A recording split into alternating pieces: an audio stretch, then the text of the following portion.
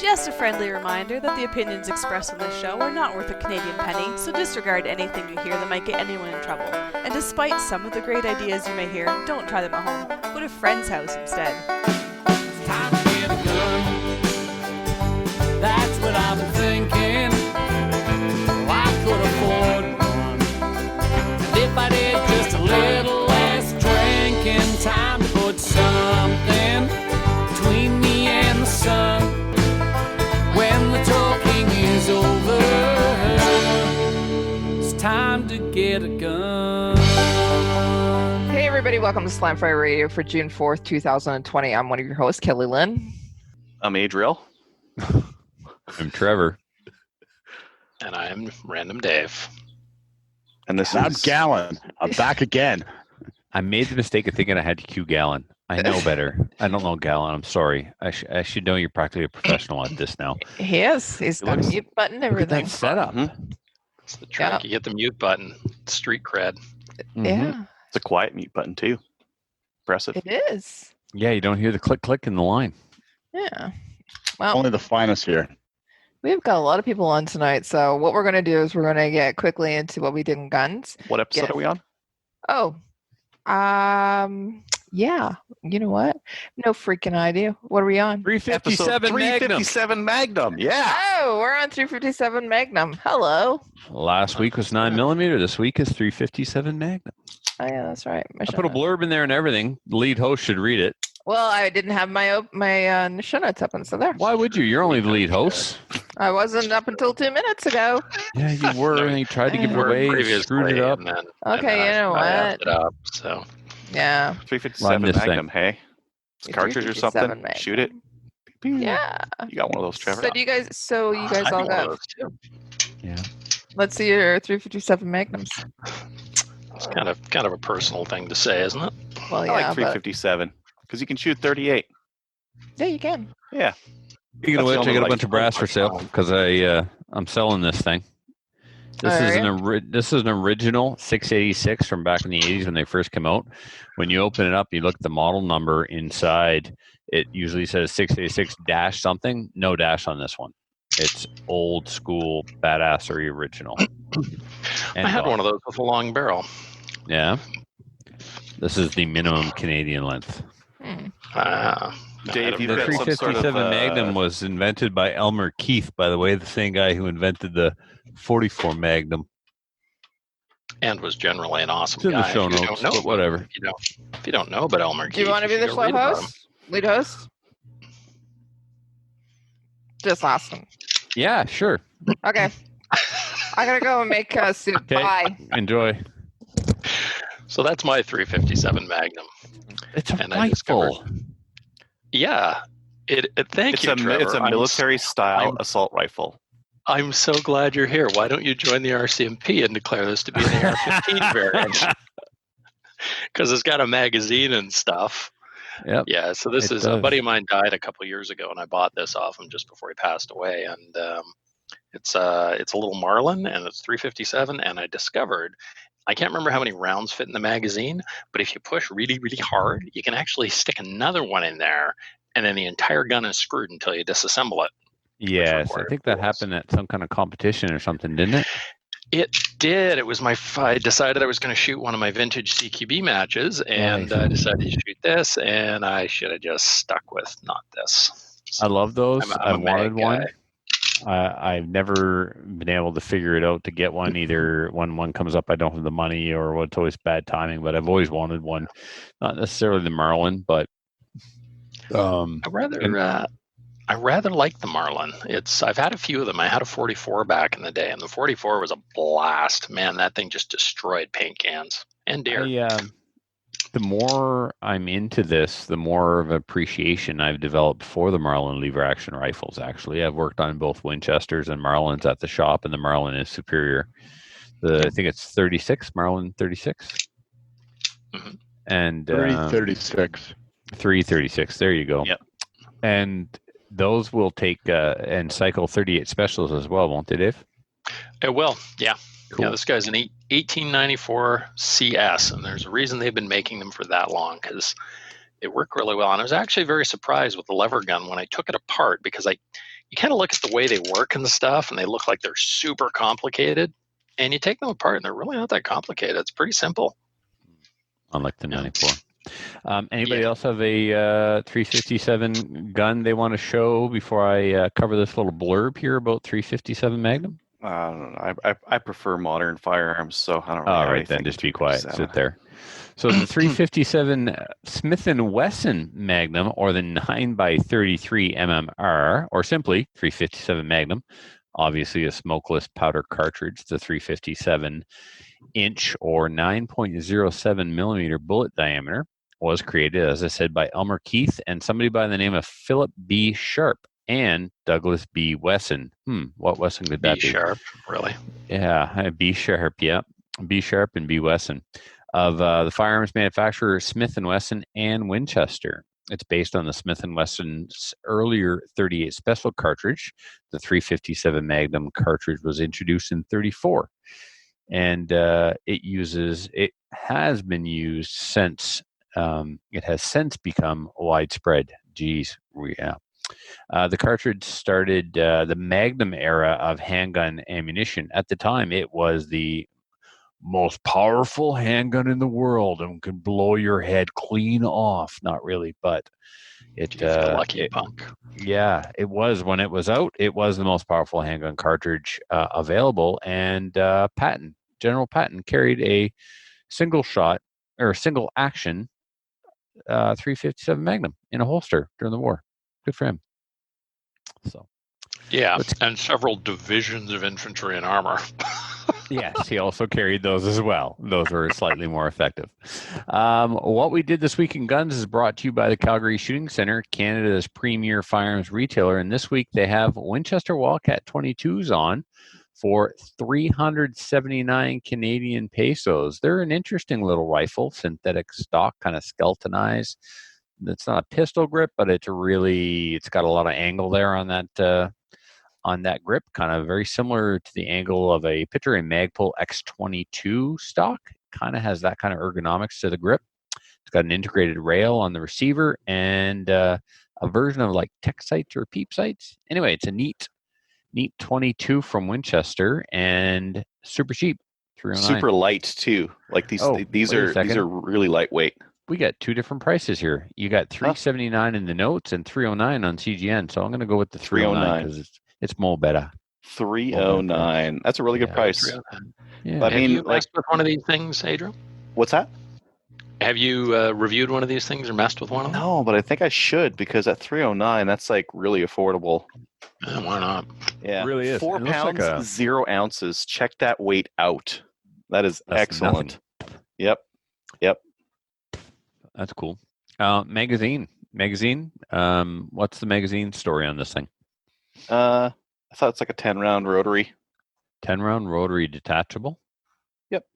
Looks like a 1022. Like very much like a 1022, but a la Winchester. Lightweight. Better bolt. Correct me if I'm wrong. You're wrong. I believe they take 1022 magazines, but if you use the Winchester branded magazines, the bolt stop works. Got a last round hold open. Yeah, that's cool. But I believe they will function with the standard Ruger magazine. Cool. Might be wrong. That's cool. Gallen. Typically, I'm at the top of the list for what we did this week in guns because I take a long time. But you're the guest host this week, so why don't you go first and tell us what you've been up to recently? I know something pretty exciting that you did. 3 of you on what night was it, Gallen? They sent me that picture. Monday, Tuesday? Tuesday night. I think it was Tuesday night. 3 of you were successful. So go ahead. Tell us what you've been up to. Tuesday night, shot my bear, spring bear season here in New Brunswick, and I've been working at that for a couple of weeks now. I started with one bait, and I left it out about 5 days, and there's absolutely nothing on it. Like, I mean, the food just sat there with squirrels picking at it. So then I moved to another spot. I was kind of scouting around at dark, and I kept moving further and further and further down the road, just looking for that right spot where I can get in a tree stand. I can see pretty good. And I found a spot. I had bears on it in like 2 days, like 2 big smashers, but they were wet sows. They had cubs. So I started sitting out on Friday, I believe. and I passed up on a little bear 2 or 3 times. He came out, but he was like literally like 100-pound bear. It's like the size of a big dog. And I kept waiting, and then Monday I didn't see anything. I was out Monday morning. I was out Monday night. There's nothing at all moving in the woods. I think the wind just wasn't playing in my favor. And then Tuesday I went out and I sat down at about 6 o'clock, and by about 6:45 the bear came in and I made the shot. First time it ever happened. Gun recoiled and got me right in the nose. No. Yeah, I was seeing some stars, but it's the way my crappy stand was set up because I had moved it. I built it for one location, moved it to the other. So where I was sitting, the tree is literally right in front of me. So when I took a seated position, my knees were up under my nose. And to get that correct eye relief on the scope, the stock was literally over my shoulder. I thought I was hanging on tight enough, and that vicious 308 came back and just beat the crap out of me. Like I had blood all over my face. This has never happened in my life. I'm lucky I wasn't shooting a real caliber. I would have been knocked out of the tree and the bear would have ate me. Was this your hog hunter? Yeah, this was the Savage Hog Hunter you guys worked on. God, it weighs 15 pounds. Right? I could have been knocked out. Yep. So then I come back. My face is all bloody because we were doing union negotiations at work. So I'm on the team for that. So I get back and they're like, where are you? I was like bear hunting and my face is all messed up and like my eyes starting to get dark. And guys, like you're doing it wrong. Yeah. That is a good way to open negotiations, Gallen. I like that. But it was a nice bear. I'll text Adriel the photo if he wants to put it up on his screen because I don't know how to do that. And besides that, I've been doing a bit of shooting. I just joined the range in Bucktouche. My range is still closed. We live in the middle of nowhere, but the range executive is really fuddish. So as soon as the Rona started, they shut her down. Right? No order from the government, nothing. They just shut her down. So then we asked about them reopening because the rest of the province is reopening now. And they said, no, we're waiting for direction from the government to reopen the range. They're not going to give you direction because they didn't tell you to close. Right. They never told you to close the range. They're not going to give you direction to open it. So I went and joined Bucktouche. They have a 500-meter range there. I've been enjoying it immensely. I can outdo your fuddiness. The Miramichi Club sent an email to its members saying that shotguns were prohibited. Why? Well, they were. Good question. Why? I think they're helping their members. Prohibited to use on my range as well. No. They're saying that all the shotguns are prohibited. Yeah. We're going with that 20 millimeter foolishness. Anything else, Gallen? Speaking of prohibited, guess what I got? What? I got a letter saying that I might have some prohibited guns in the mail. Yeah. So I would encourage everybody to write a personalized message on it, and you can send this to any member of Parliament, especially Bill Blair, for free. Just Google the address. It's free. Put it in an envelope. Send it to him. Yep. I'm not going to encourage anything childish or insulting. It's not free. Anything that's free, someone else is paying for. So it's not free. Your tax dollars, my tax dollars, are going to pay to send this back. So not only did the government waste over $2 million to mail us these letters, now you're encouraging gun owners to waste more tax dollars to send them back at a net effect of nothing. Do I understand that correctly? Correct. Okay, good. Just wanted to be 100%. Sure. Okay, let's waste more money. But we get to let out a little steam and be childish and waste a little bit of money, right? I didn't get the Rona lottery. Send them a dick pic. That's free too. So I'm entitled to. Send them a dick pic, your little stack of buttons on a bear rug, right? $10. Email. Yeah. That costs real money. Yeah. $10. It's $1 an inch. Anything else?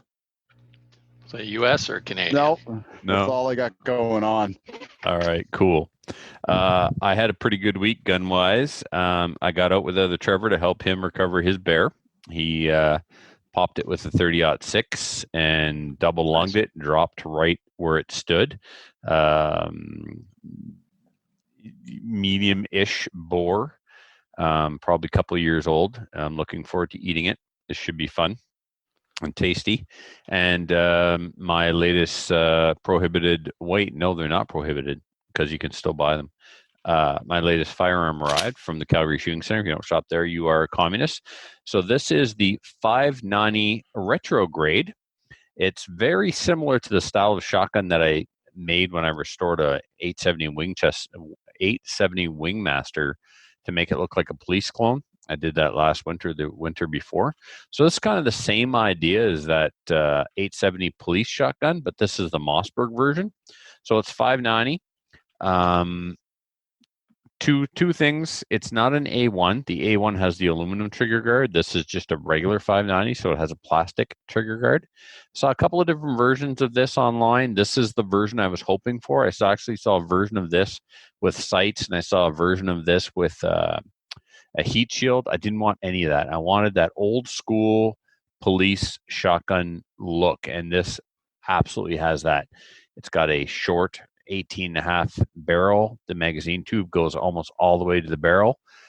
Just a gold bead on the front, and wooden furniture, dark stain on it, some stippling on the Looks grip. black in the video. Yeah, but dark. it's not. It's just like a really dark. I don't know if that lighting changes it. Still look black. Anyway, brown, it's not black. But it's super dark, but it's still wood. You can still see the grain. Cylinder bore, but the 590 barrels are super easy to thread for chokes, either rem chokes or Mossberg chokes. I'll do rem chokes because I have rem chokes, and rem chokes you can just walk into a Canadian Tire and walk out with them. So it's 2 3/4 or 3-inch. The barrel is 18.5. Slight weight, right? There's nothing to it. I really like it. It's everything I hoped it would be. It's a cool, retro-looking shotgun. I like it. The other thing was Phoenix, the company that produces my production optics pistol, the Phoenix Redback, that I got from the Calgary Shooting Center, sent me a care package. They sent me these really nice aluminum blue anodized grips to put on the gun. My magazines have blue aluminum anodized bumpers on the bottom, so that's going to kind of look pretty cool. Blue's my favorite color, so I got blue accents now on the gun. And I got this sweet Phoenix team shirt. It says official team across the front here, the IPSC logo on top. That's Swiss flag on one side, the URL on the other arm, and then you've got Phoenix uncompromising quality logo on the front. It's got a cool flame because, Phoenix rising up out of the flame or the ashes, and so the flame is in full effect on the shirt to represent the Phoenix.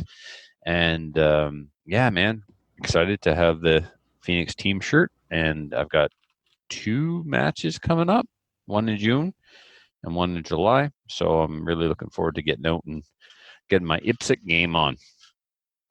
And that's all I did. I put the grips on the gun tonight before the show. What about you, Adriel? What did you get up to? I ordered a Winchester Wildcat 22 just now. Oh boy. I love when we buy shows while we buy guns during the show. And I need some more Ruger 1022 mags, so I'm probably going to order some of those, and I don't know, a bunch of other random stuff. GoTenda had the sale on that Winchester aluminum ammo for $399 for 2,000. So I'm going to order one of those, or 2,000 of those, whichever one you want to call it. And I think that's all. I might go out to the range this weekend. Really, what I got to do is start emailing out and getting the coronavirus maple seeds rolling, because there's a bunch of additional restrictions and a bunch of extra logistics I'm going to have to handle with regards to that. Having cleaning products on hand, pre-packaging a bunch of stuff so that we don't have to touch a bunch of stuff and pass a bunch of stuff back and forth. So I'm going to try to do as much of that stuff as possible before having to head out. My local 3-gun club is running a match. Is that this weekend or next weekend? Next weekend. I haven't signed up. I don't know if I'm going to do it or not. I might. I don't know. I got enough Good. with 2 maple seeds this month and whatnot. But I still have the guns for it. Like I could do a 3-gun match without too much difficulty. I've got enough stuff that I could just run it. I think that's about it. Yeah, I'm gonna shoot some more 22s. So Winchester Wildcat on the way. I guess I should sell a couple of 22s. Still got a Mossberg Plinkster.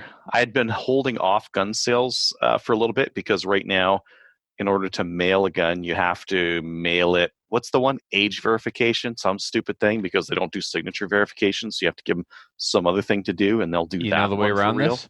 What's that? There's a way around this, Adriel. Get the have a business card. Yeah. All you got to do is walk up, give that number, and you're good. That's it. No more questions asked. But I still need them to do something on the other end, so they don't just drop a gun on someone's doorstep and walk away. Why not? They've been doing that for a decade. Yeah, I guess that's the other thing to think about, is just to not worry about it and just mail it, and it'll probably be fine. And if someone steals it, I had an AR sitting on my doorstep for 3 days when I was away. No signature required because, there was supposed to be a signature. It said signature, but there was no signature. So luckily the package was still there. Yeah. So that's about all I was up to this week. Dave? Trevor, Andrew Mason is wondering what that shotgun cost you. What it cost me and what it costs Andrew is not the same number. What's retail on it? I don't know. It was like somewhere between $700 and $800, let's say. So go Google that, Andrew. Is what? No, don't Google it. Go to the Calgary Shooting Center website and look it up. Calgary Shooting Center. Okay. Yeah, it was. I think it was north of $750. If you're going for the authentic police look, you should shear the bead off it because they always tear off coming out of the rack. And you need to go test it out on your local fire hall too. Just make sure. Oh, Jesus. Oh. Maybe butt stroke someone who's not paying attention. Dave. What do you mean that's low? Isn't that like the official testing range for police firearms these days? Just asking. No, that was a horrible case of friendly fire during a goddamn shit show. And the boys were doing the best thing they could at the time. I know. Missing. I'm not going to mock them. Missing. That was the best thing they could do. Thank God they're bad shots. Fuck you guys. I'd like to see how you perform in that situation. Probably terribly. I play paintball. There you go. A lot of so glass houses and shit. So yeah, but it's might not miss. I know they were doing their very best. Anyway, what have I been up to in guns? I donated $100 to the CCFR. So see you in court. Tracy Wilson is my hero even more than usual because she responded to one of Bill Blair's announcements with "See you in court," and she got way more likes on that than Bill Blair got on his original comment. So that was absolutely hilarious. Got to sign up Guelph. Andrew Vincent is running some service pistol and SCC style pistol matches at Guelph, so I've got to go sign up for some of them. And did some gardening and did assorted plotting with communications around the gun ban and sort of what organizations are going to do. Aurelia Gun Club is reopening under very limited circumstances. I was going to go shooting, but I'm an hour and a couple minutes away, and they only allow you to be there for an hour and 15 minutes. So it's really not worth it. 2.5 hour drive to go shoot for an hour. So I'm not going to bother with that. But the club is at least open. And the ORA, we're still waiting to hear from the military on when we can get back on the ranges. Nothing from them yet. Kelly, what have you been up to in guns? I'm cooking chicken. Exactly. Let me share Gallen's picture of his bear here. That guy right there. There's Gallen and his bear. Oh, nice. You can't see what the brim of the hat is covering up your massive face wound there very well. Yeah, covering up my wounds. Did you get a weight on him, Gallen? No, I don't have a scale. I'm really bad at estimating. I'm like 170 pounds, so he weighs more than me. Fair enough. What do you want? Yeah, he's over 200 pounds, I'd say. Yeah, for sure. It was a sow. It's a dry sow. Okay. And it's a good sized sow then. Yeah, she was about 5 feet 5 inches. I think I measured her at, but like her head and her I was just going neck to say, look at her huge. head. Her head is so you look at the ears, right? Apparently, the ears stop growing very early, and the bigger the bear, the farther apart the ears are because the head keeps growing, but the ears don't. So the ears spread far apart, and so when you're trying to estimate the size of a bear when you're up a tree, that's one of the things I was taught to look at. How far apart are those ears? Yeah, that's cool. And that bear's ears are quite far apart. But yeah, she's a good bear. There's 2 others hanging around. There's a really nice one with a white V, but she's got a cub, so you can't touch that till fall, right? Yeah. But come fall, she'll just be bigger. Yeah, true enough. Cool. Calgary Shooting Center's in the Facebook. Hey, I bought a rifle off you guys. Can you just slip that in the mail? Just put that in a box. Awesome. All right, cool. Let's move into upcoming events. And we have a new sponsor for upcoming events. The upcoming events section is sponsored by Telos Alpha. Telos Alpha is a Canadian digital agency that works exclusively in the firearms vertical. They help them with business processes, strategic planning, websites, e-commerce, and battling the stigma the industry carries with banks, merchant processors, and social media. Their mission statement: empower and enable our clients to grow, thrive, and ascend to the maximum contribution in the firearms industry. Underscores everything they do. They are firearms enthusiasts and understand firearms culture. They hold open webinars to help any firearms business get the edge and succeed, and are involved in the industry at all levels. They are committed to the success and growth of the firearms community, culture, and lifestyle in Canada and the United States. Learn more at telosalpha.com. Under upcoming events, we have the 5th annual Ronnie DeGroot Memorial Steel Challenge, which was supposed to be Saturday, but is now the 4th of July. Open registration is now open on Practice Score. Costs $25. The rules we follow are based on the USPSA Steel Challenge rules and stages. The stages are nearly identical, with the exception some of them are not quite as long as they should be because of rangeability. We make them fit the bay that works best for me, as far as logistics and planning and building. We're only going to run 7 stages this year instead of 8. There will be 7 squads of 10 people. Cost is $25. Last I checked, there's 70 spots, and last I checked, there was 23 people registered. So there's still lots of room. Like Adriel said, there are certain things we have to do. Mostly, what we're going to do is we're going to forego any range orientation, welcome meeting, any of that stuff. You're going to get your squad and your starting bay in an email the night before. Get out your car, grab your kit, go straight to where you're starting. There'll be a safety table, gun up there, and carry on. You don't go into the next bay until that squad has left, so we can keep it at 10 per bay per group. News. It'd be a good idea for that is to pre-record like a 5-minute video and just put it up in YouTube and then send a link when you email them. Let me know when it's ready, and I'll be sure to share it, okay? Because that sounds like something that I don't give a fuck about and I'm not going to do. So there's that. Any news? Sure. Yeah. Cool. What do you got? There was a tip that this is a new one that we hadn't discussed before, but in 2011 there was a tip to the RCMP that Nova Scotia gunman wanted to kill a cop, and that was apparently purged from the records at some point, which it sounds like it makes sense because you can't keep the stuff on record forever. But again, when this first came out, one of the things that we were talking about was that there would have been red flags, and maybe no one raised the red flags to the RCMP, but it appears that there were red flags and they were raised to the RCMP multiple times. Cool.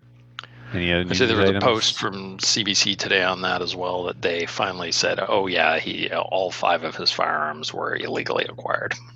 Yeah, 3 of them were smuggled in from the U.S. One of them was from some estate that he was taken care of, and apparently he got a gun from some estate. And the other one was the RCMP member's firearm. It's not really a lot of details. Loophole. Yeah. There kind of is, isn't there? Like, you can take possession of a firearm when you're taking some care of someone's estate, even without a PAL. Yeah, if you're the executor of an estate you were allowed to be in possession of firearms. I bought a collection from an executor, and I got there, and they were all on a bed under a duvet, not a trigger lock in sight. I'm like, what are you doing? Well, they didn't tell me I had to lock anything. So they know you don't have a firearms license. They know you're in possession, but they didn't coach you through safe storage? No, I didn't know these had to be locked. Yeah, LaSalle. And you can actually possess prohibs too, right? It's whatever firearms they had as the executor. So that just kind of puts lie to the entire prohibited firearms deal. But, yeah, it's all magic and unicorn farts. It doesn't matter. Nice. Yeah, indeed. Okay. All right. Speaking of stuff that doesn't matter. Man, you're in some mood today. Well, the one thing, like a lot of people in Alberta are bragging that Alberta's going to appoint their own CFO, like they're the first ones to do it. Like Ontario makes the CFO the top cop or a member of the RCMP, but in other jurisdictions across the country, the CFO is just a career bureaucrat that's appointed by public safety of that province. Yeah, and if you don't opt to appoint one will be appointed for you, but you could appoint one yourself the whole time. That was always an option. Yeah, we also have a New Brunswick Firearms Advisory Committee, and we've had for decades. You do? Yep. We've talked about it on this show. We've interviewed the president of the New Brunswick Firearms Advisory Committee a couple of times on this show, and they advise the minister, and then the minister takes those recommendations to the CFO. That's the power they have in New Brunswick. And then they take those, and then they do what they want. Do what they want. Because discretionary powers. But we've had a good run of CFOs in New Brunswick, and we've got an excellent one right now. So we could be doing a lot worse. We're working within the system we have. Yeah. Anyways, we're going to have our own Firearms Advisory Committee. The other thing that they mentioned, so the Firearms Advisory Committee is made up of people who actually know what they're talking about. Will there be victims groups represented? Because, if you're shot by a firearm, you're automatically an expert on firearms. No, you're an expert on getting shot. That's what you're an expert on. Yeah, no, we don't have any human targets represented in the advisory committee. No psychologists? Pretty wide selection. How can you have a firearms advisory committee with those psychologists, Adriel? I don't understand. I don't even think they have anyone in gender studies. What? No. What? Where are these people supposed to work then? They took gender studies. Oh, that's not right. You need to do your gender-based analysis to make sure that your firearms are classified properly. How will the people in this committee know what pronouns to use? This is not fair. Just guess. Probably a hate crime just by, no, Adriel. Oh, you just got us cut off Facebook, YouTube, and everywhere else. Way to go. You guys, I blame you guys. I'll see you in court. Yeah. Anyways, they're doing their own advisory committee.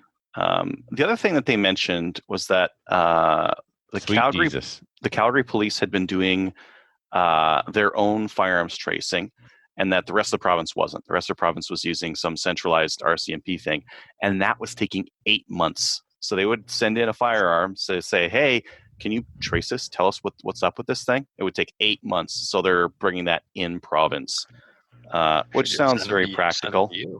What's that? Should just send them to you. It'd probably be quicker. This is funny. What? I need to speak to Gallen for a second. I'm sorry, Adriel. Gallen, I just got a message from one of your exes, and just a friendly reminder not to tell any stories. You want to talk about her? No, do not talk about her, because I promised her if ever you talk about her, I have to tell her, and then she gets to cut your junk off or whatever. She don't even live in the province anymore. She's got a car, man, and she knows how to find you. Move on, Adriel. She's a woman. Just a friendly reminder from one of Gallen's friends. I was asked. Kim. Really slipping off the deep end here. Anyway, so we're opening up our own provincial firearms tracing lab, because the RCMP are doing such a terrible job at it, and it's so backed up. 8 months is ridiculous for a timeline to get a firearms traced. I was kind of hoping for more. Like I'm glad we've got an advisory committee. I don't think the Liberals are going to listen to it very much, because they don't have any seats out here. There's literally no political fallout from completely ignoring Alberta. So I'm not sure how it's supposed to influence things at the federal level. I'm glad we have it. I was hoping that Kenny would do something else, like some other incremental step, kick the RCMP out and replace them with a provincial police force, something that would get us closer to taking control of our own province a little bit more, instead of, because he came in real hot. He came in saying these are firearms that hunters are using, and we don't need laws in Alberta that are dreamed up for Toronto problems. We have our own thing going here, and then he didn't do anything that would like counteract it very strongly. He did say that he was considering jumping in on one of the lawsuits against the federal government, which would be interesting. Yes, that was probably the coolest thing that he announced so far. Like that's huge. That's American talk right there. Federal government's messing with the Second Amendment. Well, guess what? This particular state is not going to follow it, and we might see you in court over it. Like, that's awesome. Yeah, I would rather see our province say, we're not going to follow it. Here's how. We're going to kick the RCMP out and put our own police force in, and they're just not going to enforce this stuff. When PALS came into effect, the New Brunswick government must have been conservative at the time, because our DNR publicly said, we ain't asking for a PAL in the woods. We'll enforce the Provincial Wildlife Act. Somebody else can enforce federal firearms laws. We just want to see a hunting license. Yeah, that sounds extreme, but I mean, like, look at Vancouver. For the longest time, had marijuana dispensaries operating like carte blanche. The police were like, "No, we won't deal with it. It's against the law, but we're not going to do anything about it." So, like, it's not without merit that municipalities or provinces choose not to enforce federal law when they don't like it. That would be cool. That'd be cool if that's the way we go in Alberta here. It's like, I hear you, but we're not going to do any of that. Yeah, Sanctuary you're creating problems that you want us to administer. No. Well, and it's a solution that isn't supported here. It's not supported whatsoever, and it's up to us. Because it's not a solution. Yeah, none of these gun bans are going to do anything to prevent crime of any kind. So why are we doing them? Because we're politicians, and we always have to appear to be doing something, even if that something is actually a nothing. Yeah, well, it's more than a nothing. I mean, you take all that money and all that time and all that effort and all that police resources and every other resource and put it towards something that's useless. You've done worse than doing nothing. You're actually causing harm. We're less safe. Yeah. I know $2.2 million is a drop in the bucket, especially with the COVID cash that's being thrown around. But the fact is, there are 2.2 million license holders in Canada, and every one of them is getting a letter at about the cost of $1 a letter. No, way more. Those aren't $1 per. Those are some nice brochures that they're sending around. That's not $1. $2? That's insane. It's going to be just a lot. send it back like that. Send it back. Gallen's answer is to waste more money. I disagree with that. Why? Yeah. Well, don't send it back to the RCMP. Crank up the cost. Crank up the cost. Burn it down. Yep. Oh man, I want Yellowstone to erupt. Okay. You want to do the range donation update, Adriel? Is there something new in there? Yeah. I mean, the Rock Cutting Shooting Club. Ross Notter donated $1,000, and his club donated $2,500 to the CCFR and the same to the NFA. And the Calgary Shooting Center just let us know on Facebook there that they sent in $5,000 to the CCFR's legal challenge. So that's cool too. So I hope the other retailers in Canada are going to step up and match that. I hope it's kind of like a challenge that goes out. Wolverine has donated buku bucks as well. So Calgary's on the board. Wolverine's on the board. I'd really like to see this list grow. So if you're a retailer or an employee at a retailer and you're listening and your shop has donated money to the challenge, please let us know so we can brag about the good work that you're doing. Send us an email. Let us know, please. New gun stuff, Adriel. What's going on with this MRA? What are they're teasing me all over Instagram with these little, it's like an underboob pic. It's like, ooh, I see a little bit of something there. What's going on? What's coming? What's next? What is that thing? What is that? Show me more. Maple Ridge Armory. Take my money. Where do I send the money? Where do I send the EMT? Maple Ridge Armory has been releasing little teaser images of their new straight pull that they talked about on our show here a couple weeks ago. So that's cool, and that's something that's coming up. I mean, for people whose AR is in OIC prison, take all the parts off that, put it on this thing, go play with it again. So that's cool. Speaking of things that you can play with during this time, what? I Run Guns is bringing in some Ruger American Ranch. So the cool thing about this is that these take an AR-15 mag, and the that's the 5.56 version. 7.62 by 39 version takes mini 30 mags, which is less interesting to me because they're only 5 rounds. I prefer the AR mags. So if you have AR mags, or if you wanted to shoot a 3-gun match and you had nothing compatible with it, I guess you could use one of these. Stick a big old mag in there. We were talking about these for service rifle. If you can't dig up a semi-auto or can't afford a semi-auto, What then about a PAR? Wouldn't a PAR be a better option than this? A PAR would be $1,000. Have you priced those PARs? No, they're getting close to $2,000. They're ridiculous. Crazy. Yeah. Wow.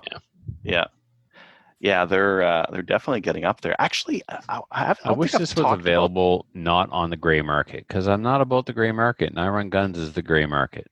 Yes. Yeah, they are. One other thing I just wanted to mention. So 3-gun, have I told you guys about the divisions that they're running? It's kind of interesting. So I've been talking to a lot of people, and some people are like, "Oh, so 3-gun's dead right now, right?" And well, no, it's not dead. So how isn't it dead, and what are people using? Okay, so there still are semi-automatic firearms that people are using for their rifle and shotguns. So they're still good to go on that. We still have open TAC Ops Limited. Those are staying as is.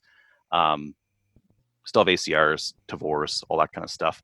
But the other thing that we've done is add one more division for people who had an AR as their competition rifle and now are stuck with something that's not nearly as good. So not nearly as good would be something that's clip-fed semi-auto or box-fed bolt action. So we made a new division called Clipazine, where you could use a lever action in it. You'd be a little bit slow in that one. Adriel, I never thought I'd say this, but I think I would go to Cowboy Action before doing that. Pull on the assless chaps and cosplay. Give yourself a Wild West name. I have a question. And have you ever seen chaps with an ass? All chaps are assless. Yeah. Trevor's right for once. Sounds like you're an expert in this. I don't know. He is. Chaps, yeah. Because if they're not assless, they're pants. They're pants, leather pants. Yeah. I'm not an expert in lederhosen either. Anyways, that's up to you. If you want to put on some frilly leather jackets that have tassels on them, go ahead. But if you still want to shoot 3-gun with a bolt action, or with an SKS or an M1 Garand, now you have a division. Yeah, because a clip-fed SKS, you could totally run that. You could run an M1 Garand. You could run one of those Ruger American Ranches if you've got a whole bunch of 10-round magazines. You just have to work that bolt really fast. And the reason why is that some people, they had one competition at rifle, and that rifle is in jail now. And what else are they going to use? Is the Robinson Armament XCR's toast. XCR's toast? WC 180 isn't. The WK 180 and the ACR are really the ones that are still out there that are still good for something like this. If you had a Tavor or a T97, you could use those as well. Not as good, but still available. Again, this is just because this change was recent, and most people can't turn around on a dime and just have like another firearm in there safe to use. So we had to offer something. I was looking at my stuff, and I'm like, all of my competition rifles got prohibited, all of them, plus my deer rifles. So, I'm kind of effed at the moment because I don't have thousands and thousands of dollars, and then I don't have thousands and thousands of hours to replace all the training time that I've put in on the AR-15 platform. Yeah, I mean, I shot everything with AR-15s. So, I mean, the other option is to rimfire. Go rimfire on all this stuff, right? A rimfire action rifle. Yeah. Yep. Agreed. Okay, question from a listener just came in. They would like us to expand upon the gray market, explain it a little bit. What is the gray market? I mean, there's official importers that bring product in. You could think about like this phone is from Singapore. I bought it off Amazon. I can't get support from Samsung here. If this thing craters, I don't have a warranty for it. Right. So let me give another analogy that this person will be familiar with.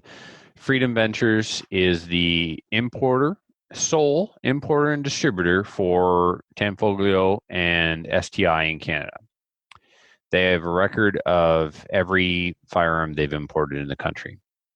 So I Run Guns imports these guns somehow from somebody in the United States, circumventing the official importer, and sells it to you. So you've been waiting on a special order STI from Sean at Freedom Ventures for months and months and months and months and months. All of a sudden, I Run Guns has that gun for sale. So you're like, hey, what do I know? I don't care. The gun's a gun. He's got it. I've got money. I'm buying it. Okay. Don't look to Sean for support for that product because you circumvented the official recognized importer and kind of skipped your way to the head of the line and bought that gun without going through the exclusive importer. You get no support from the importer because you didn't buy from him or one of his dealers. That's the gray market. The gray market is when they circumvent the system that's in place of official importers and exclusive dealers or distributors rather. So then the question I would have on that is if the gun is still under manufacturer warranty and they are the manufacturer warranty in the country, why would they not cover it? Because is the bill not just going back to the manufacturer? It really depends on the firearm and the manufacturer. Some of them support regardless. Some of them will only support through their distributor channel that they bring in. So it really depends on the manufacturer. Interesting.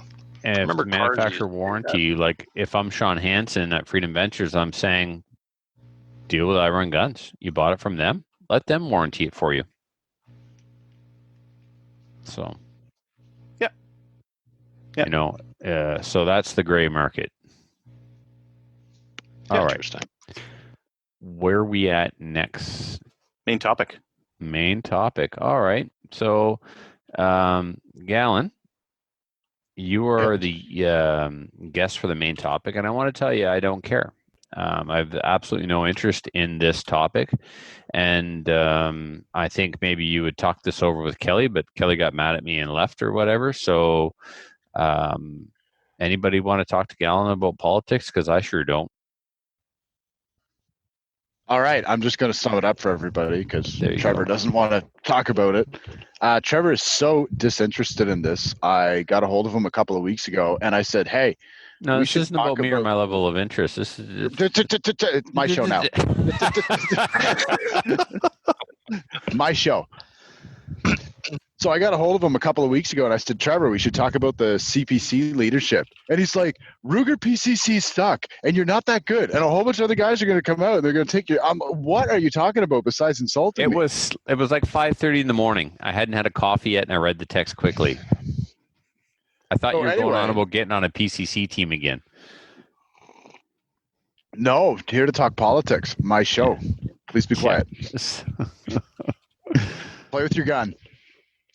So I've been following the leadership a little bit, and I wanted to give my 2 cents on some of the candidates. And I'm not representing any organization talking about this or anybody except me and Trevor.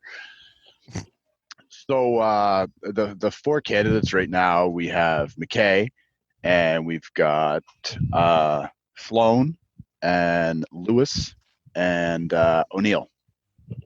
O'Toole. So I watched all their CCFR town meetings today, and I've been following their platforms a bit and stuff. And I'm really into Lewis, surprisingly. I think that's you wish you were the one for us. So a lot of people around here, I live in the Maritimes, right? I'm in New Brunswick. A lot of people are rooting for Peter McKay. I think my personal 2 cents, again, not representing any organization or anybody's opinion but my own, I feel he's a red Tory. That's just how I feel. I don't like the guy. Sloan, even the party doesn't want him running. He's had to take them to court twice so he can run. Sloan had the best firearms platform. He wants to get rid of the restricted class of firearms and just have guns that are legal and guns that are not, right? Everybody else was about the same. They want to adopt the simplified classification system, which is conservative policy. They're going to undo C71 and the OIC. So I give everybody else like maybe a C, right? That the simplified, we take a couple of steps back. The simplified change to the classification is a good idea, and that one will. It's a good idea. It will undo a lot of nonsense that has been happening for the last 10 years. And that's why they get a C and not a D.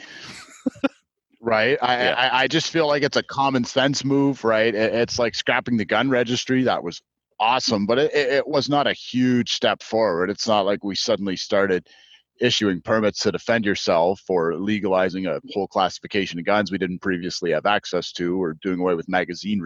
Those are step forwards to me. So everybody else, I give them about a C, but I understand that, firearms aren't the only thing that they're running on. But back to McKay, like I've had guys say to me like, oh man, he can take Nova Scotia, he can turn it blue.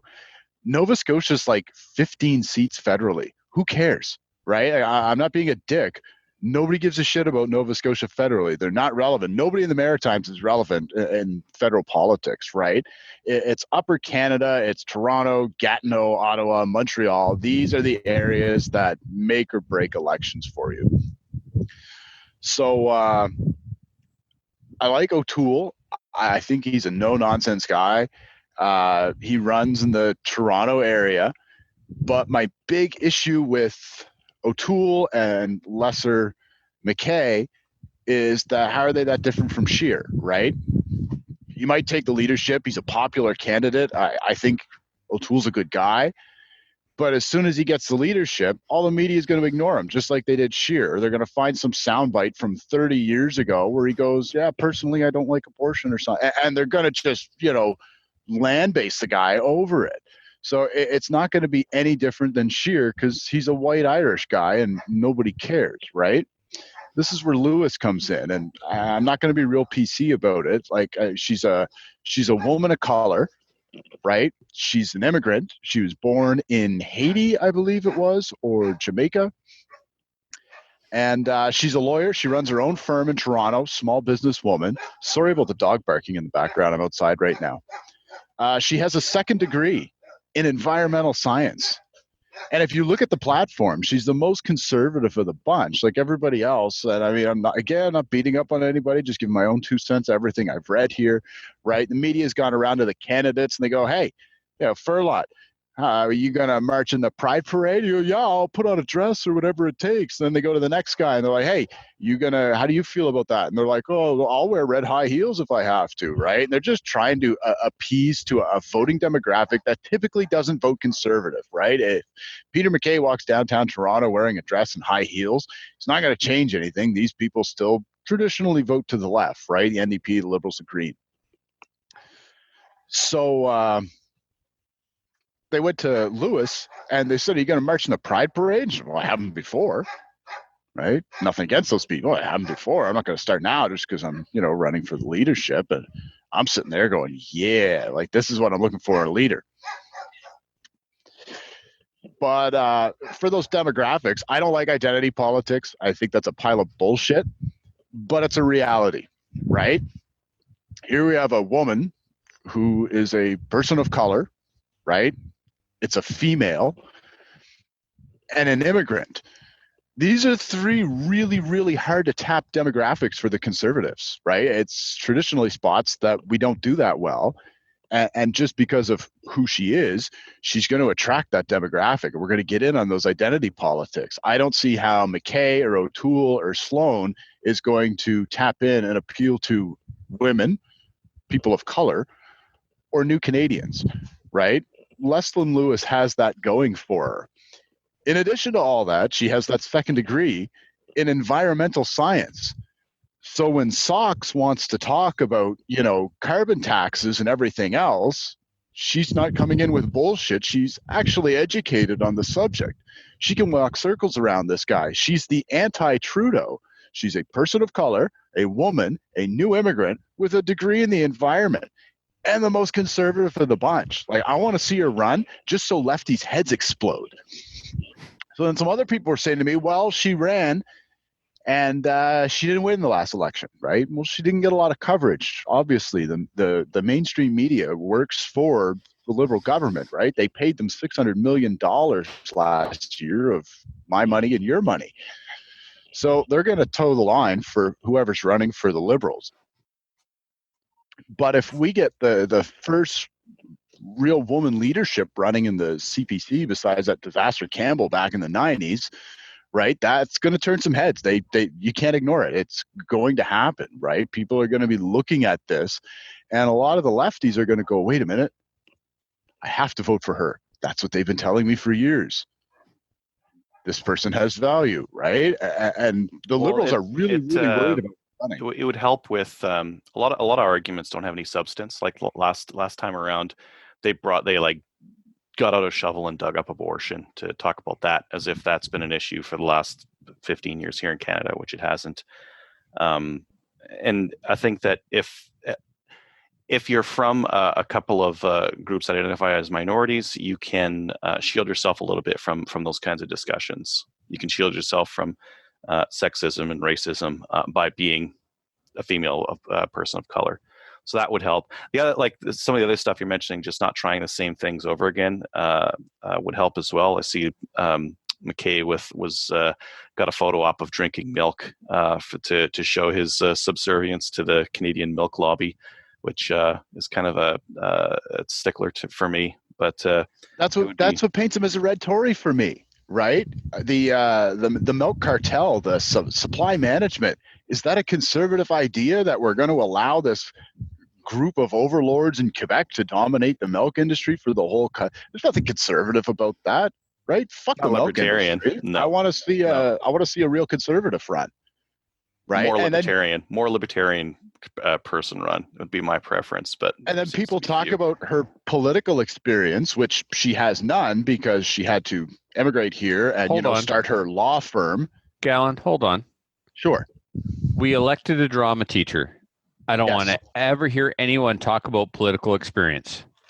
That's what a lot of the conservative detractors are going on, right? So my take on that is she's not a tit-sucking politician who's been in it the last 40 years, right? You get guys like McKay coming in going, oh, I'm going to change shit. You're in the government for 15 years. You ain't changing shit. You're in it. What did you do? Right? Yeah, what did you do? Now we get somebody who comes along out of nowhere and she wants to run and she's going to buy all these demographics in Toronto and Upper Canada. I want to steer this the other way, Gallen. Sure. We know who your preferred candidate is and why. Touch again and expand upon why the other ones are bad choice.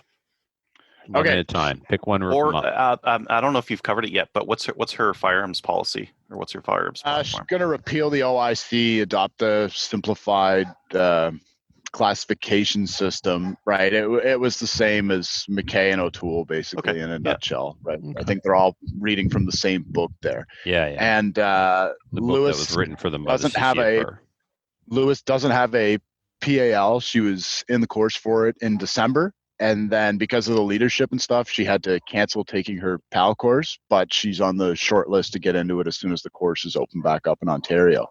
So why are the others a bad choice? Sloan, nobody wants him. He made some comments about immigration years ago, and media is going to eat him alive. Even the Conservative Party has tried twice to legally block him from the leadership, and he's going through court with them and stuff like that. The other two guys, personally, I feel McKay's a red Tory. I like O'Toole. Now, Tory. I don't like the idea of a red Tory, but a red Tory may get us traditional Liberal voters. Just for the people on the podcast who don't understand, what is a red Tory? Oh, it's a conservative member who has a lot of liberal views and opinions. That red color, red, the Liberals are red, the Conservatives are blue. So a red Tory is a Tory that has a lot of liberal tendencies. Would you agree, Gallen? Yeah. Another definition of red Tory? Sums it up nicely. Okay. I can't say it on the show. Specifically progressive on social issues, or because it's an entire idea of financially conservative, socially progressive. Is that what a red Tory is? Not necessarily. It can be on any issue, like McKay with the milk cartel and the supply management, right? He's trying to suck whole liberal voters. They're going to take out, just like they did in the last leadership campaign, they're going to take out memberships because they want to vote for the guy that's not going to pull that little show apart for them. But they're going to vote liberal because they always do, right? They're just strategically taking out leadership so they can get their guy in. So no matter who wins, conservatives, liberal, we're protecting the supply management in Quebec. That's why they're pulling those memberships out. So I think that if it came down to McKay or O'Toole, I think we're just going to see a replay of the last election we had here in Canada where media just ignored him, right? I mean, most people couldn't tell you what Scheer looks like because he got no airtime, right? Trudeau bought the media so they can ignore these guys, and all they play is the couple of bad sound bites they have of them. They don't give them any positive coverage. The election rolls around and nobody really knows who they are. I wasn't crazy about Scheer. I was lukewarm on him at best. I mean, I'm going to support the team no matter what, but at the end of the day, he was a better candidate than they let on he was. Everybody ignored him in the media.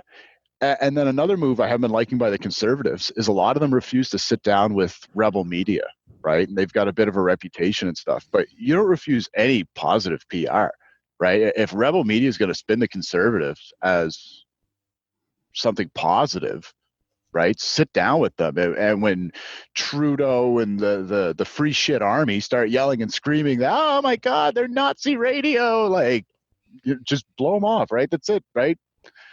You get CBC and we get the rebel. That's what it is. And Slamfire Radio. Yeah. I mean, like, realistically speaking, McKay and O'Toole are in the lead for the party leadership. One of them is probably going to take it. I don't think they're going to beat Trudeau at the next election if it's anytime soon. If there's an election tomorrow, he gets his majority back. Oh, easily. Yeah, I would say in the next like half year, he's probably got it, because there's just no way to get around the fact that he bought like a ton of votes just by willy-nilly handing out cash. I think he did another $500 to all the seniors today or yesterday. So I mean, he's bought the election for the short term. If it's long term, maybe it's going to run this fall. Everybody's rumoring about a fall election because of that, right? Get the election in, he can get his majority, and then the bills come due, but he still has 4 years to clean up, right? And I mean, we really don't remember what happened last week.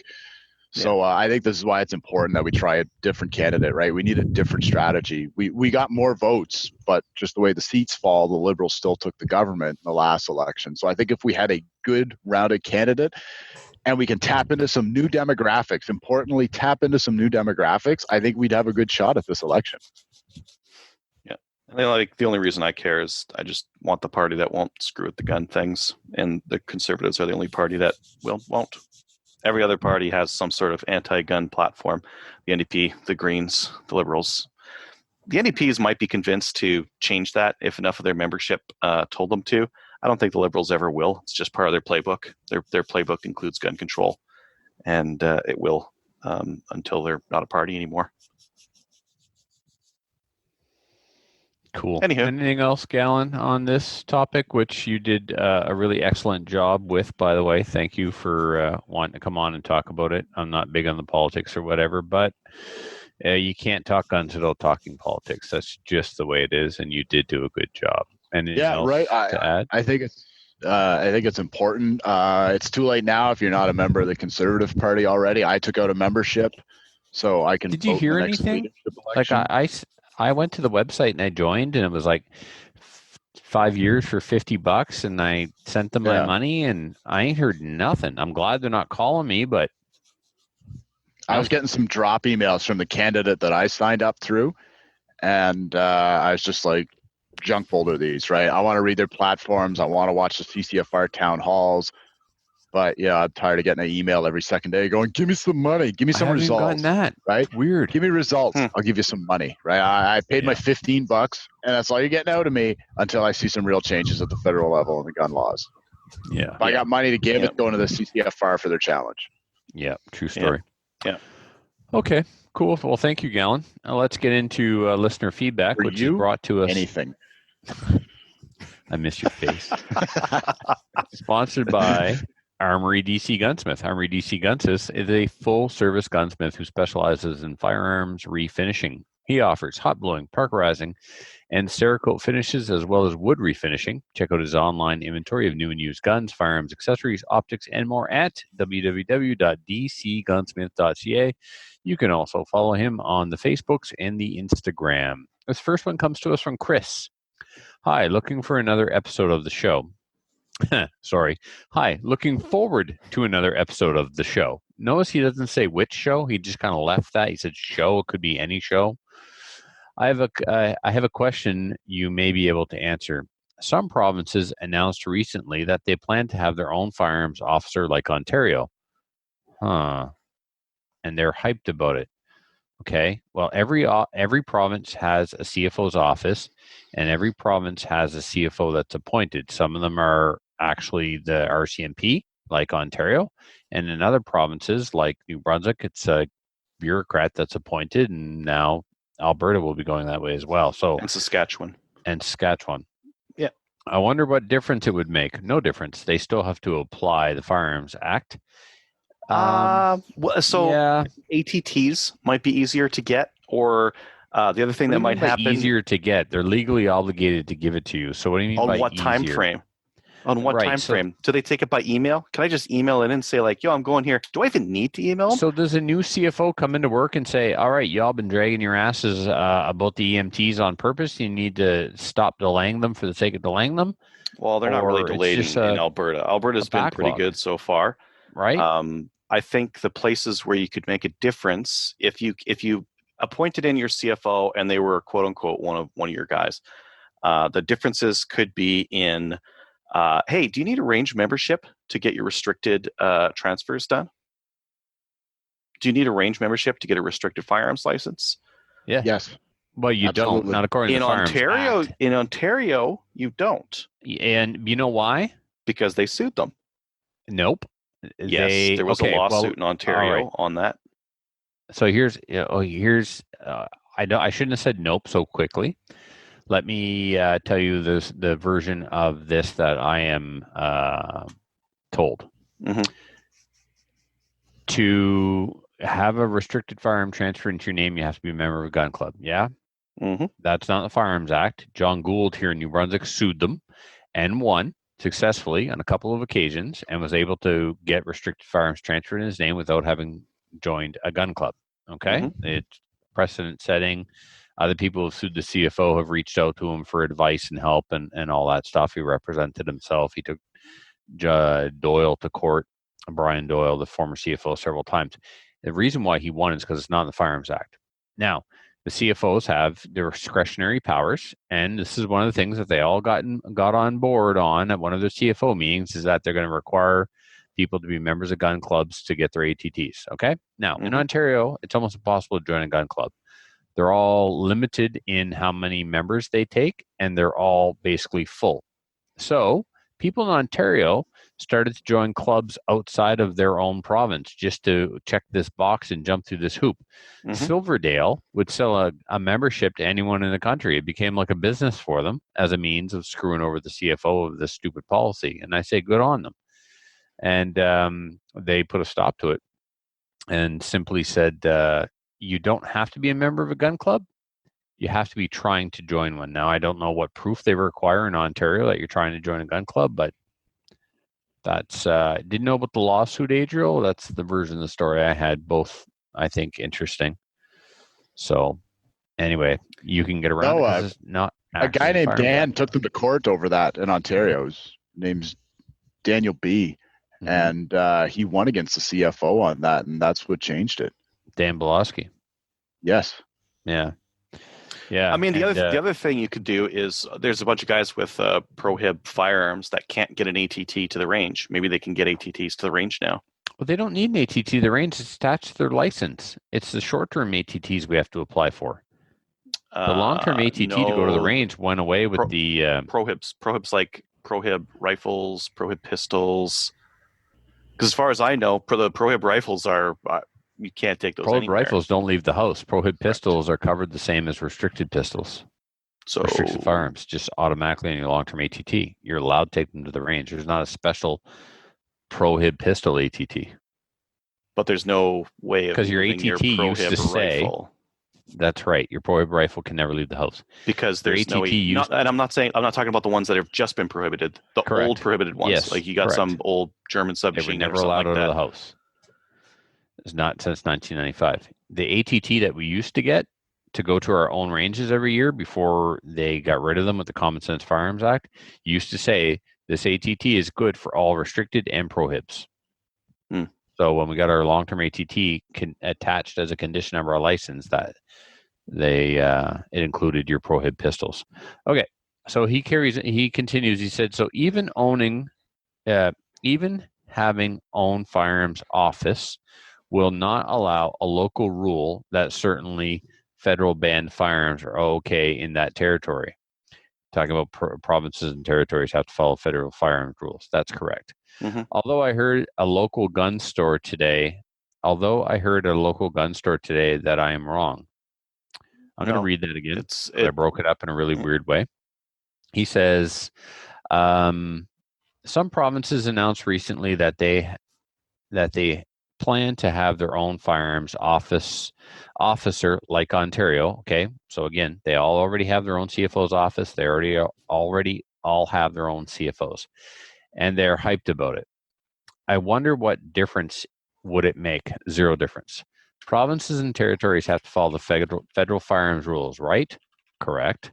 So even having their own firearms office will not allow local rules that certain federal banned firearms are okay in that territory. That's correct. They cannot undo. The provincial CFO administers the Firearms Act, but he can't change the Firearms Act. He can't unban something. Although I heard a local gun store today, I'm wrong. Well, a local gun store today, I'm not sure what they said you were wrong about, but the CFO is not going to unban guns if that's ultimately what you're wondering. A plug. I've read a great book recently. Not an easy read, but so much great info and advice I highly recommend. Sold out at Indigo, but available to order directly from the author. No More Mr. Nice Guy by Barry Holland. I don't know anything about it. And that comes to us from Chris. And that was our only email. Yeah. So having your own appointed CFO, there might be like a couple little nice things. There are some discretionary powers that a CFO has. They're not huge. They're not huge. Yeah, they're not huge. And usually they use those to add, not take away legislation or policy. Yes. Oh, good news. Our CFO, remember I was talking about how reasonable they are? Our range recertification expires August 31st, 2020. Mm-hmm. So we're hosting the Nationals in 2021. So this year was a big year. We were like, oh my God, we got a couple of events we can't cancel. So I canceled SummerSlam because I didn't think I could handle SummerSlam and range recertification. Well, not that we could hold SummerSlam anyway, because a lot of the provincial borders are going to stay closed. So it probably wouldn't be all that well attended. But anyway, we got notice from the CFO that they've extended our certification by a year. Oh, so now, that's nice of them. Very nice of them. Now our range, it's just reasonable, common sense stuff, right? With all we're going through, getting the range recertified is A, not a priority for the volunteers. B, it's going to be difficult to get the work done because some of these contractors aren't back to work, et cetera, and so on. So good on them. This is the common sense I've come to expect from the New Brunswick CFO's office. Would you have to make changes based on how your range is set up right now? The range, when your range needs to be recertified, one of the things they do is they measure the angle of your berms because your berms sag and erode and all that stuff. There's also trees that grow on the backstops or that need to be removed. There's large rock that comes to the surface that needs to be removed. So whenever they're coming in to recertify your range, you need to familiarize yourself with the range standards and then go make sure your range is up to code. Like if an inspector is coming, it's a good idea to know what he's going to inspect when he arrives. Mm-hmm. So are my berms between 35 and 40 degrees? Is there rock bigger than a golf ball? Are there trees, etc.? New Brunswick has its own range standards. We don't follow the federal guideline. We have our own, and they're actually more stringent than the federal because we are a no danger range. There are danger ranges that use a template that expect rounds to leave the property of the range, and then there are no danger ranges where rounds are not supposed to leave. As a result, our berms are higher and have different angles than the federal. So that's the work that needs to be done, Adriel. Our berms need to be rebuilt. Cool. Yeah, that sounds fairly straightforward. I know that some of the CFO inspectors will push for additional things frequently. So they'll push for like ground baffles and no visible sky and a bunch of other things depending on the range, depending on the inspector. Yeah. I guess that's one other thing that the CFO might have some influence over. Yes, they're responsible for the certification and ranges. Yeah. And it would be nice if that wasn't a total gong show, because we had I think I've heard some stories of some of the ranges that have had some real nonsense thrown at them by the inspectors. The inspectors typically aren't gunnies, and they're just bean counters, and they're just looking at the numbers in the book, and they don't understand how they apply in the real three-dimensional world, and it can be a nightmare. Mm-hmm. So we had a bunch of inspectors quit one time because working for Doyle was a nightmare because he was an idiot. So it caused a real delay in our recertification because the inspectors quit and then didn't submit their reports. So all the ranges had to be re-inspected. Speaking of the boss being a dumbass, did you guys hear Glenn Motz accuse the Blair of some sort of shenanigans with the license printing in Parliament? I heard he destroyed him, but I didn't hear any details. Well, this was part of it. He was saying, like, did you guys ban shotguns? He's like, well, no, this was just assault weapons. He's like, well, you did ban shotguns. What about any 22s? Any 22s in there? Well, no, there was like some, you got some 22s in there too. So he did that whole thing. But then he also, like, the last thing he mentioned was, hey, I heard that this license printer, that the printers that went down didn't have to go down, and someone actually made that call to take those printers down. And really, he had no knowledge of that, but it was kind of interesting. I didn't know where that came from. That's greasy.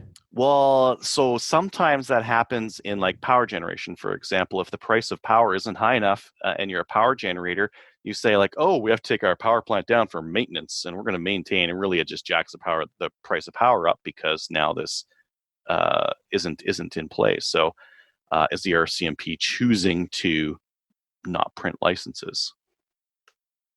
Yep. Anyways, I wouldn't entertain a theory like that, but a member of Parliament brought it up, so I thought I'd mention it on the show. Yeah, and not a lame duck either. He's good.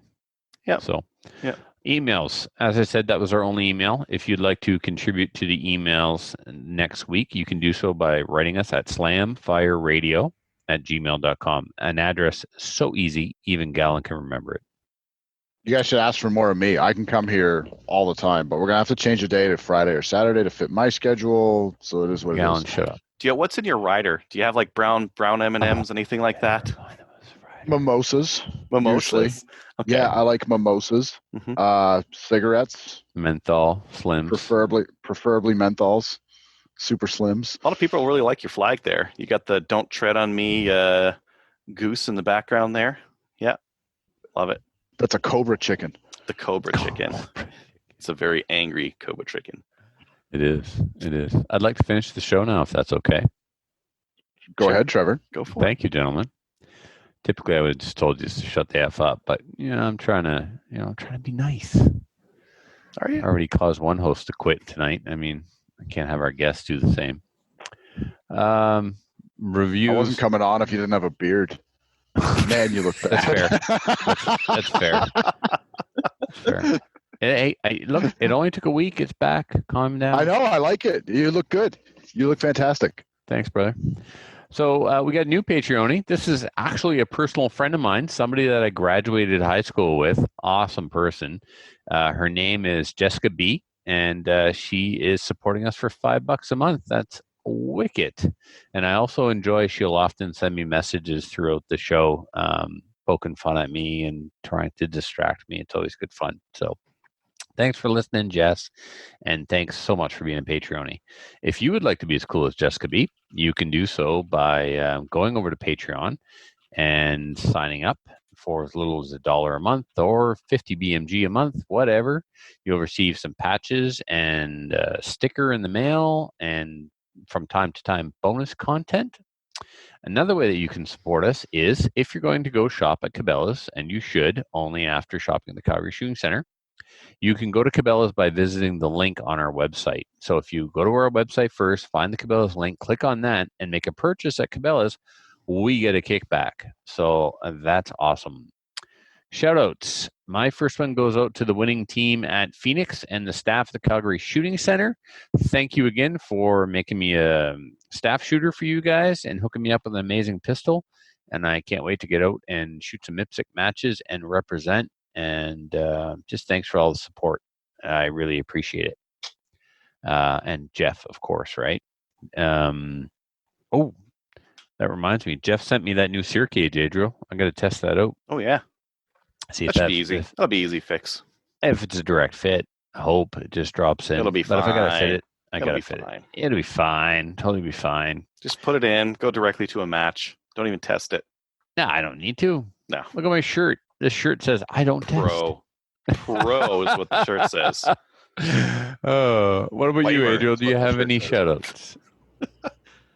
Yeah, to Andrew Blundell from Vice President at Chas. He got on that Alberta Firearms Advisory Committee, so it's fantastic news. It's a good I've guy. had my name Does good put stuff. forward to be on the New Brunswick one. Yeah?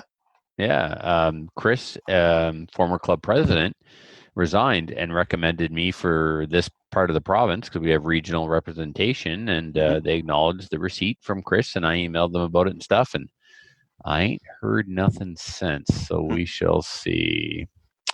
Anyway, okay, well, that's good. Congratulations to him. All right, the other two are gone, so that means you, Gallen. Do you have any shout-outs? I would shout out Justin, but he's not going to the range with me this week, so he's basically dead to me now. Irish Will, Christina, Janet, I know they're all turning in, so say hi to everybody. Will. Irish Will's awesome. I'm going to bring him up this summer at some point. Once the borders open, I'm going to go to Nova Scotia and kidnap him and then bring him up. Perfect. Just watch out. He likes to steal underwear. Okay, as long as it's not my wife's. If Yeah, I he's catch a him in weird my guy. wife's- If I catch him in my wife's underwear drawer, that's where I'll leave him. So that's it. Other than That's that, it. look forward to seeing. Didn't I meet him once before? I don't know. Not with me. No, Pick your nose. I was scratching the side of it. I remember he commented on the fact that you were feeding me bacon once on the air. So you were hungry. Yeah, of course. I didn't Take want you to care get of me. hangry. Right. Good man. What we do on the road. Take care of each other. Absolutely. Yeah, man, I miss us traveling to matches. That needs to be a Yes. thing again.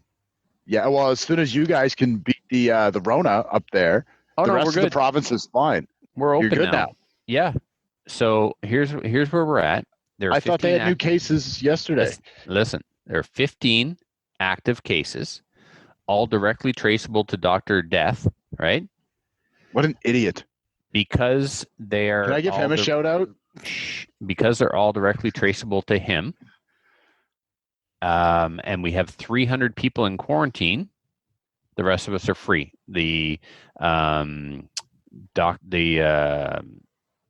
Who's the head for the province for the medical health authority? Yeah, the lady there. Yeah, I know what you mean.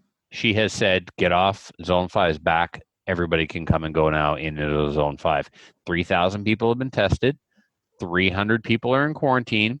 Yes, there are 15 cases, but they're all accounted for. They're all in quarantine or being treated, and they're all directly traceable to him. We will unfortunately stay in orange in this zone only until we go 14 days with a new case. But as long as if we do get a new case, it'll start the 14-day clock over, and we'll stay in orange as long as it's traceable to him. If it's not traceable to him and it's like a community spread case or whatever, then we go into red. I don't think we're going to go into red. They got 300 people in lockdown, 3,000 people have been tested. It's all good. Did you get tested? Oh yeah. Did you really? I hear it's a small town. Like, I imagine they tested everyone there. For like 3 days straight, Adriel, it was like testing for 12 hours a day. Gallen, you were in and out in 20 minutes, man. You got in line. We were at the Civic Center in Campbellton or the arena in Dalhousie. It was so professionally done, so well run. My hats off to those people who put in the long hours to get the testing done. It's rarely have I ever seen a government operation work with such efficiency. It was really well done. And within 24 hours, they called me, and after they called me, I could go online and see my results online. So it was all good. Yeah. Cool. So, yeah, my coworker went and got checked, and he did he took a night off work for it because he got checked right before his shift, and they're like, well, you can't go anywhere for 24 hours because he's a boomer, so he wanted to get checked. Mm-hmm. And he was fine. He didn't have the Kung flu. But we haven't had a lot of cases down here. Like, I live in a rural part of the southeast of the province, and we've had like no cases in my community. So everything's super normal. I actually went to a store in town yesterday for the first time, and I seen like lines on the floor and people, like, you're walking down the aisle like a jackass. People are jumping out of your way because you're not wearing a face mask. This is my first exposure. I haven't been to a store since like the beginning of March. I mean, when we had no active cases in the province, I was walking around completely normal, doing my thing. I got tested because, like, I know there was a lot of flack coming from the southern part of the province about the people up north and stay up there. And a store in Fredericton closed because two assholes from up here went shopping, and oh my God, they closed the store and got the employees tested. And so it's like we're a bunch of lepers up here now, right? Yes. I had for many reasons.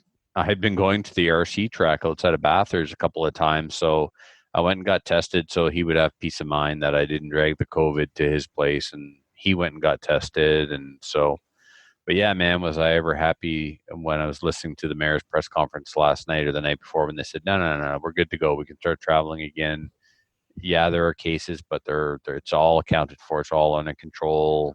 It is what it is. So now, unfortunately, the first death happened in New Brunswick this morning. And again, ooh, I didn't hear that. Yeah, and that man contracted the disease by Dr. Death. That's why I'm calling him Dr. Death now. So in my not so humble opinion, this prick is directly responsible for that man's death. He may not have known that he had the COVID, but he broke the quarantine rule. He knowingly crossed in and out of Quebec, that's crawling with COVID, and did not self-isolate when he came home, did not put himself in quarantine when he came home. I don't want to debate the reasons why he went to Quebec, whether he should or shouldn't have gone to Quebec. That's not at issue here. At issue is when he returned from Quebec, he didn't isolate. And as a result, he spread COVID throughout the community. 15 new cases and now a death. If he had quarantined when he got home, this man would be alive. And because he did not quarantine, he gave this man COVID, and now this man is dead. Please explain to me how he is not responsible for that death. I'll wait. Go ahead.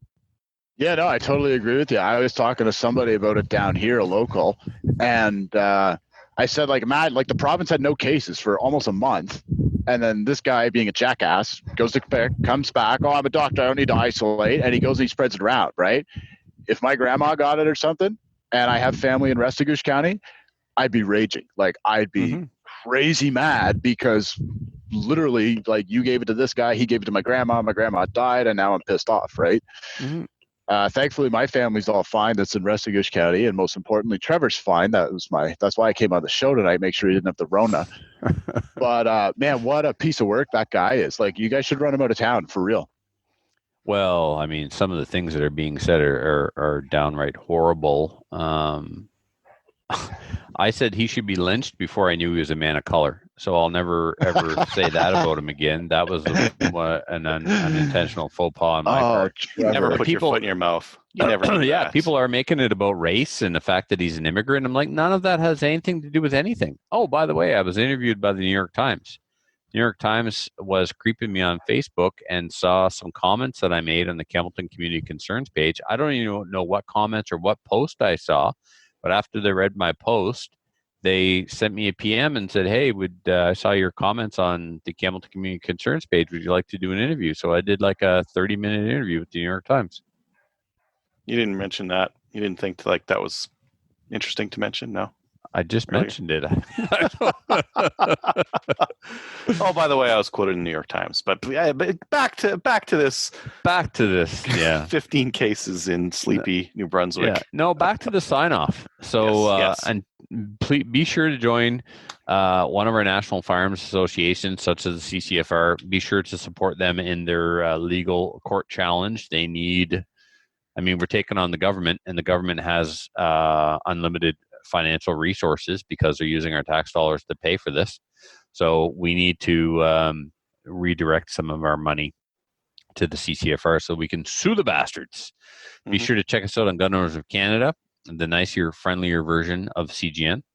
And like us on CGN, we're up to 2,667. That's pretty good. On Facebook. Pretty good. Yeah. We're up to that. Yeah, Facebook, Trevor, not CGN. What did I say? Nobody likes us on CGN. Like us on Facebook. And also, you might want to consider speaking to your MP, your MLA, and your city councillor if your town is talking about some kind of crazy firearms ban, so they can get some attention as well. Even if they're not talking about it, because you might think it's all fine, and then this thing gets rolled out in your sleepy little municipality, enacts it.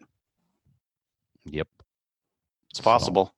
And I mean, we know it's in the plans. It's in the plans right now for Trudeau to roll this out. Blair was also talking about potentially like some additional storage laws. They didn't sound like there's central storage, but they sounded like additional rules around how the restricted handguns are stored. Oh yeah, they'd like to go the whole Australia route.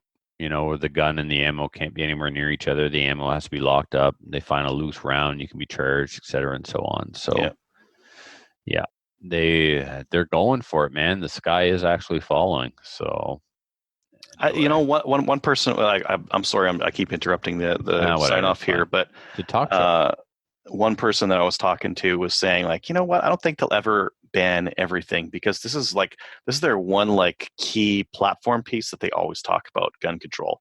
And if they just banned them all, what's next? What else do they got to talk about? It's always that like, and if you look at the half steps they always take, it's always been like that. It's always been, we're going to ban some of the pistols, but not all the pistols. And we're going to ban some of the rifles, but not all the rifles. And even with this latest one, this is like as close to random, only the politically powerful firearms that they're banning. They're banning the black scary ones. It's like nothing to do with banning all guns. It has everything to do with what can we do to get votes this time around by running on some sort of gun ban. And AR-15s are scary in the States. Let's ban those.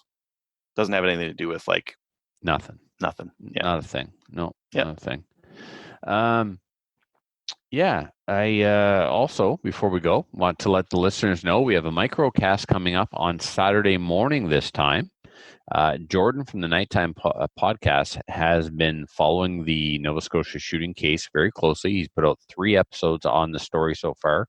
Adriel's got a lot of interest in this case as well, and so I thought we need to get these two guys together to discuss it, and I thought maybe the listeners would also enjoy hearing about it. So we're going to do a microcast Saturday morning, 11 p.m. or 11 a.m. Atlantic time. Jordan from the Nighttime podcast will be on, and Adriel will be on. I might even show up. And, wait, 11 a.m. your time? It's like 2 p.m. your time. Is that the way it goes? I think it goes the other way. You guys are later than me. We need to do this at like 1 your time, 11 my time, or like 2 your time. What time is it there right now? I went backwards. 6:42. You want to do it 2 p.m. your time? No, 11, 1, noon, somewhere around there. Diddly. Well, okay, we'll work this out off the air.